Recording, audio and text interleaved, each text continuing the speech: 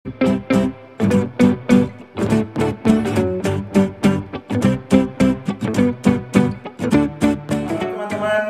selamat datang kembali di channel My Physics Class. Baik, di video kali ini kita akan membahas suatu materi fisika yang sangat sudah umum ya. Jadi materinya yaitu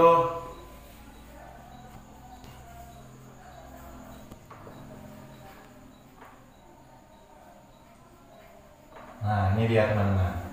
Jadi materi yang kita bahas pada video kali ini yaitu tentang efek Doppler. Baik, untuk informasi apa sih itu efek Doppler?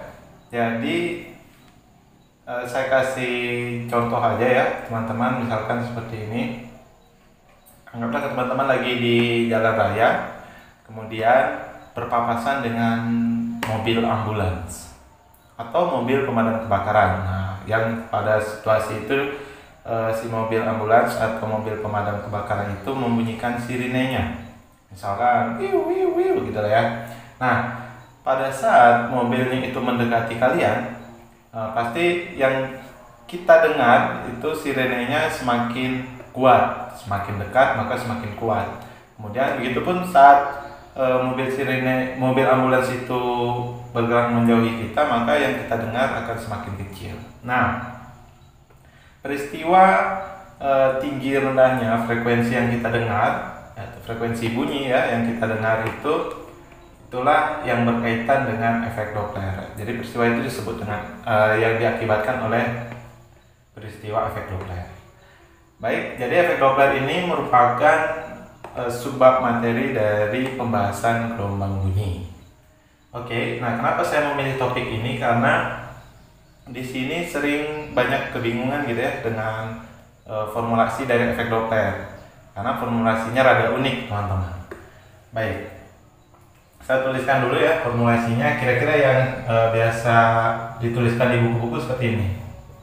Fp sama dengan V kemudian plus minus Vp kemudian V plus minus Vs dikalikan dengan Fs.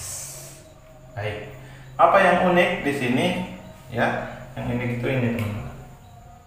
Nah, ini di situ ada tanda plus minus. Jadi formulasinya ini kesannya itu tidak pasti ya. Kapan kita menggunakan plus, kapan kita menggunakan minus gitu.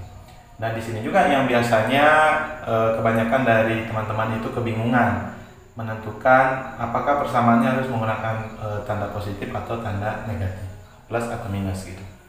Baik, nah disinilah kita akan mempelajari bagaimana mudahnya ya menentukan apakah dia itu positif atau negatif. Baik, jadi konsep dasar yang harus teman-teman pahami ya, ada yang namanya gerak relatif.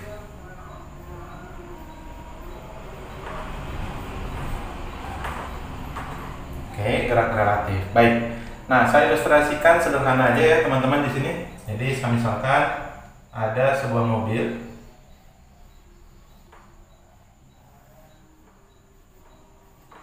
Anggap saja ini mobil A bergerak ke sana dengan kecepatan v.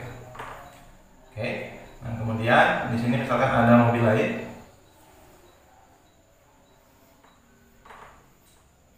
Anggap saja ini mobil B bergerak ke sana juga dengan kecepatan Vb. Oke.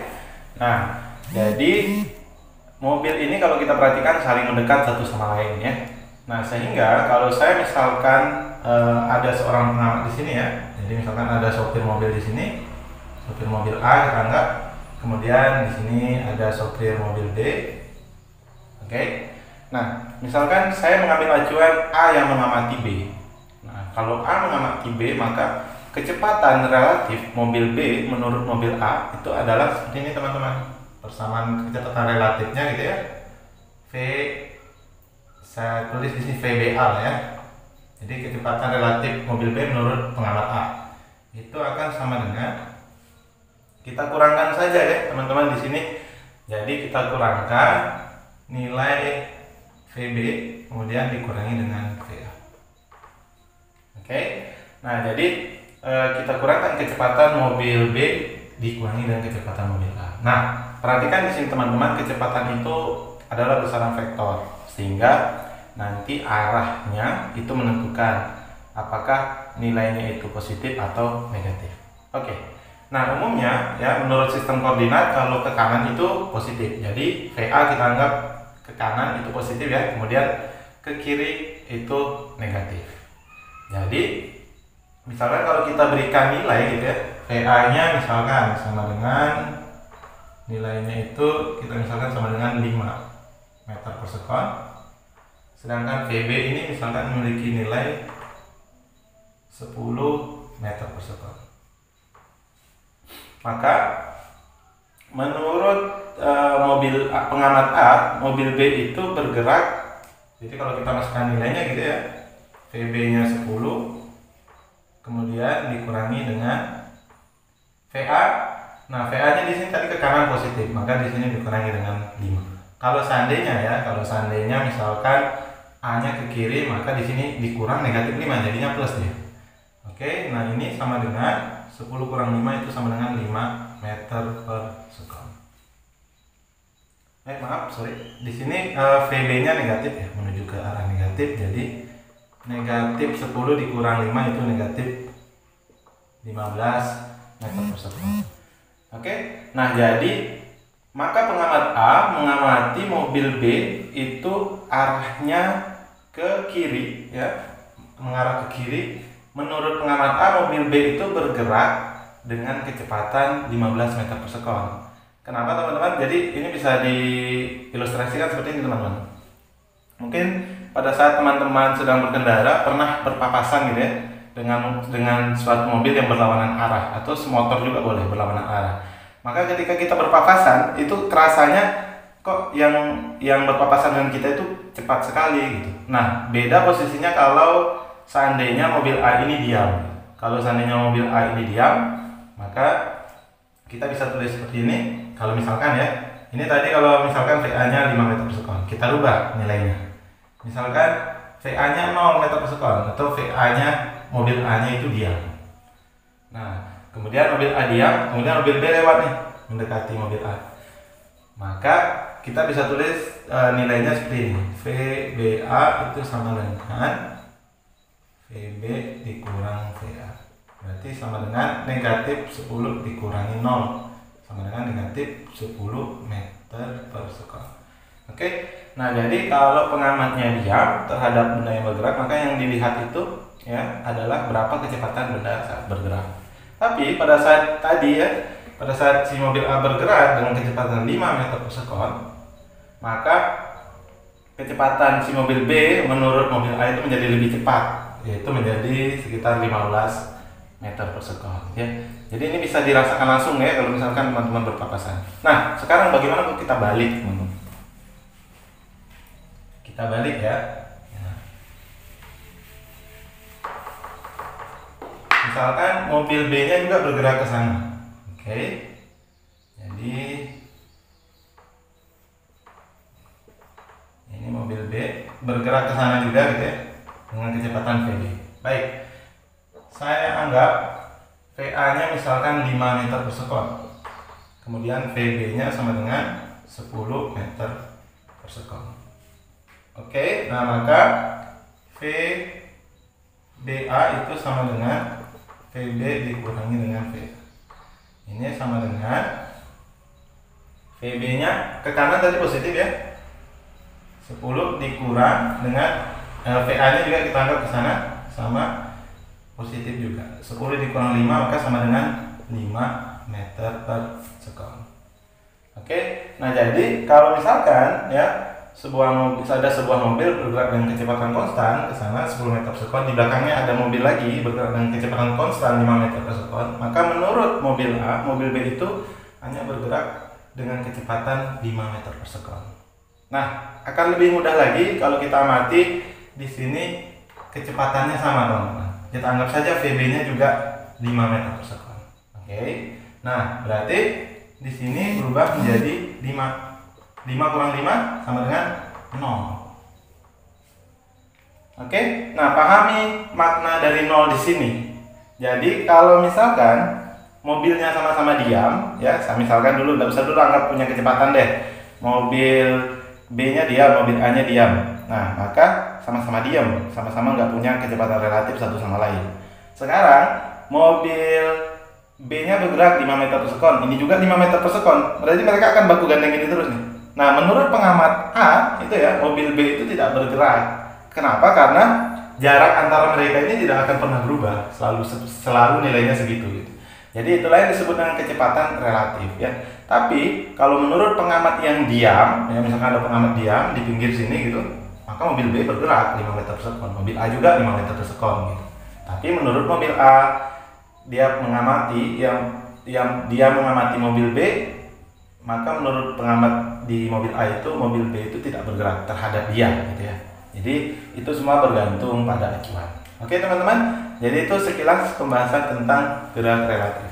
Nah inilah yang kita gunakan untuk memformulasikan persamaan efek Doppler teman-teman.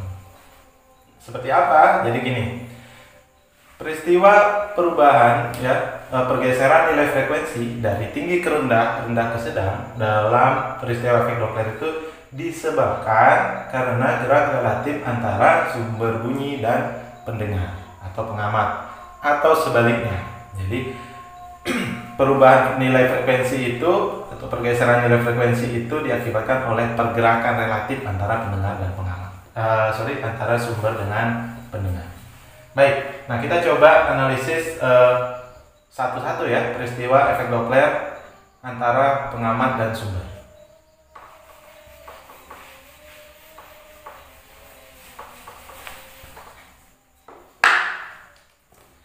Oke, nah kita coba analisis sekarang saat sumber dan pengamat saling mendekat.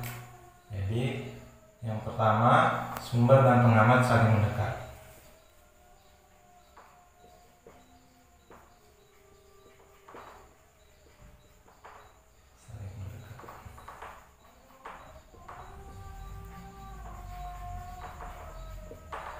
Oke, jadi saling mendekat di sini ya teman-teman. Saya gambarnya pakai ini aja ya, kita anggap sebuah benda sembarang aja. Yang penting ditahu bahwa dia mana sumber, mana pendengar. Oke, misalkan ini kita anggap sebagai pendengar. Saya simbolkan dengan P, kemudian ini sumber. Saya simbolkan dengan huruf S. Baik, pendengar bergerak ke sana dengan kecepatan Vp. Oke, kemudian sumber bergerak ke sana dengan kecepatan Vs. Oke, nah selanjutnya maka sedangkan ini sumber bunyi ya, menghasilkan bunyi gitu. Nah bunyi merambat melalui medium. Mediumnya apa? Udara. Di sini dalam konteks ini kita anggap mediumnya, dalam konteks ini bunyi merambat melalui medium udara. Nah maka arah bunyi merambat ke pendengar itu kan dari sumber ke pendengar gitu ya, maka kecepatan dari mediumnya itu adalah arah kiri teman-teman. Jadi arah kecepatan medium itu selalu dari sumber menuju ke pengamat. Jadi ini kita simbolkan sebagai V. Oke. Nah selanjutnya kita menentukan ya berapa frekuensi yang didengar oleh pengamat gitu. Nanti kalau misalkan ditanya frekuensi sumber ya tinggal matematisnya aja. Nah selanjutnya berarti kalau begitu kita tentukan dulu berapa kecepatan relatif pendengar terhadap kecepatan medium. Kita anggap saja itu sebagai UP. UP itu sama dengan tadi pakai konsep kecepatan relatif ya. Jadi kecepatan relatif medium itu terhadap menurut pendengar itu berarti V-nya kecepatannya ke kiri. Oke, kita anggap dia sebagai negatif gitu ya. Kemudian VP-nya ke kanan. Nah, dikurang dengan ke kanan berarti positif. VP. Oke, itu P-nya. Nah, selanjutnya kita menentukan berapa kecepatan relatif antara sumber ya terhadap mediumnya, berarti US. US sama dengan ini sama-sama ya, sama-sama ke kiri, berarti negatif V kemudian dikurangi dengan kasih dalam kurung negatif Vs. Oke. Nah, sampai di sini berarti ini sama saja dengan negatif V ditambah dengan Vs. Baik, sampai di sini ya, paham ya? Nah, baru kita masuk ke persamaan ini.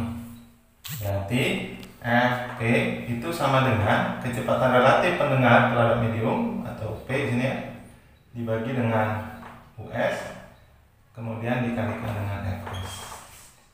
Oke, nah masukkan nilainya.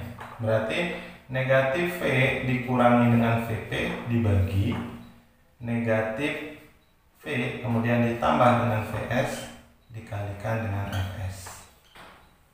Baik. Nah, formulasi umumnya kan seperti ini ya teman-teman. Jadi V ini plus, ya tinggal kalikan kedua ruas ya. Jadi maksud saya kalikan saja ini dengan negatif 1 per negatif 1 gitu. Maka ini jadi plus, maka diperoleh persamaan akhirnya gini. Jadi ini kita kalikan dengan negatif 1 per negatif 1. Ini menjadi V, kemudian ini menjadi plus Vp, kemudian dibagi dengan ini menjadi V, ini menjadi negatif Vs. Dikalikan dengan Fs. Oke.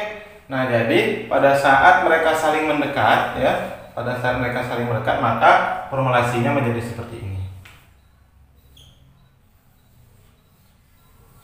Oke. Nah, dasarnya di sini ya, teman-teman, analisis gerak relatif ya antara medium terhadap pengamat dan sebaliknya, antara sumber terhadap pengamat. Terhadap medium. Baik. Nah, selanjutnya kita analisis kasus yang kedua ya. Kasus yang kedua. Jadi misalkan untuk saling menjauh. Nah, ini kasus yang kedua. Oke, ini saya hapus dulu.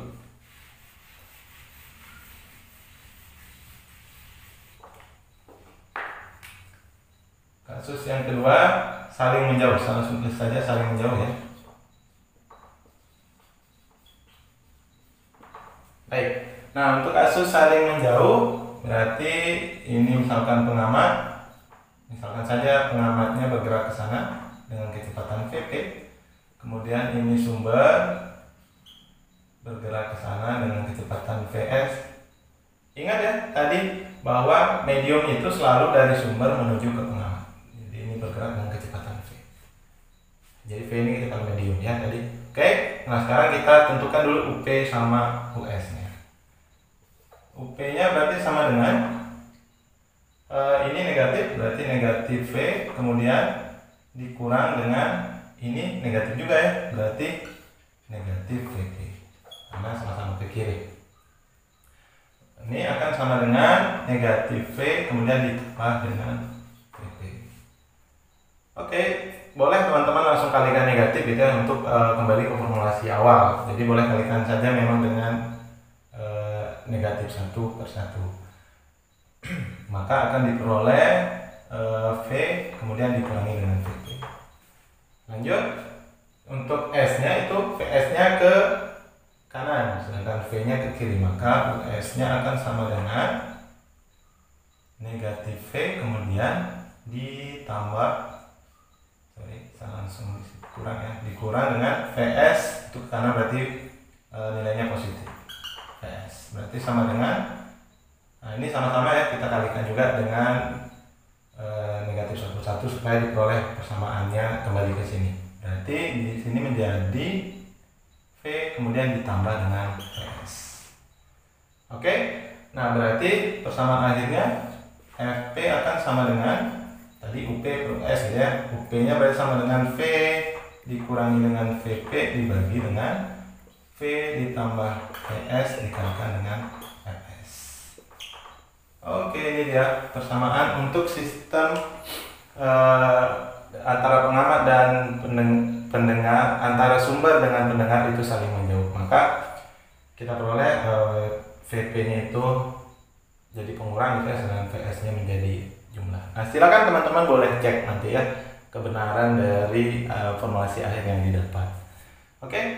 Nah, baik. Jadi seperti itu teman-teman cara menentukan. Nanti kalau untuk kasus-kasus yang berbeda silakan ya teman-teman elaborasi sendiri, teman-teman coba selesaikan sendiri. Nanti jika ada pertanyaan-pertanyaan silakan tulis di komen. Misalkan, Kak, nggak ngerti nih, kalau seandainya pengamatnya diam, sumber menjauh gimana gitu ya. Oke, nanti untuk kasus-kasus yang lain silakan. Jika belum paham, boleh tulis di kolom komentar. Sekian video kali ini, semoga bermanfaat. Sampai ketemu di video-video selanjutnya. See you. Terima kasih sudah menonton video ini. Jangan lupa like, share, komen, dan subscribe.